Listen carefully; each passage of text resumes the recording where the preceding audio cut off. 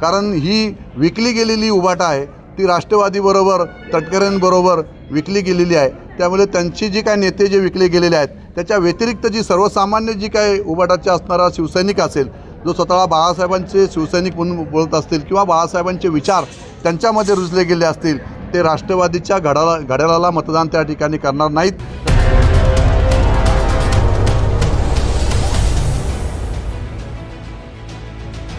बघा, या खालापूर तालुका असेल, कर्जत तालुका असेल आणि या संपूर्ण मतदारसंघामध्ये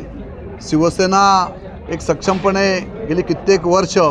या संपूर्ण मतदारसंघावर शिवसेनेचं वर्चस्व या ठिकाणी आहे। मधल्या काळामध्ये शिवसेना दुभंगली गेली आणि शिवसेनेमध्ये दोन भाग त्या ठिकाणी झालेले आहेत, परंतु आम्ही सगळे शिवसैनिक बाळासाहेबांच्या विचारांचे प्रेरित होऊन आम्ही बाळासाहेबांचे विचार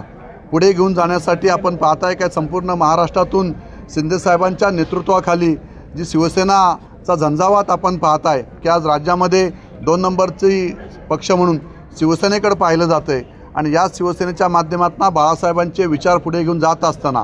उभाटाची जी काही राष्ट्रवादीबरोबर आघाडी झालेली आहे, ही आघाडी सर्वसामान्य असणारा निष्ठावंत असणारा शिवसैनिक कदापि घड्याळाच्या चिन्हाचं बटन त्या ठिकाणी दाबणार नाही, तो धनुष्यबाणाचंच बटन त्या ठिकाणी दाबेल। कारण ही विकली गेलेली उभाटा आहे ती राष्ट्रवादीबरोबर तटकरेंबरोबर विकली गेलेली आहे। त्यामुळे त्यांची जी काय नेते जे विकले गेलेले आहेत त्याच्या व्यतिरिक्त जी सर्वसामान्य जी काय उभाटाचे असणारा शिवसैनिक असेल, जो स्वतःला बाळासाहेबांचे शिवसैनिक म्हणून बोलत असतील किंवा बाळासाहेबांचे विचार त्यांच्यामध्ये रुजले गेले असतील, ते राष्ट्रवादीच्या घड्याळाला मतदान त्या ठिकाणी करणार नाहीत, तर ते धनुष्यबाणालाच त्या ठिकाणी मतदान करतील। आणि त्यामुळे किती जरी त्या ठिकाणी आघाड्या झाल्या तर या ठिकाणी शिवसेना, भारतीय जनता पार्टी, RPI महायुतीचाच भगवा या ठिकाणी फडकेल, एवढं मात्र या ठिकाणी अभिमानाने सांगतो।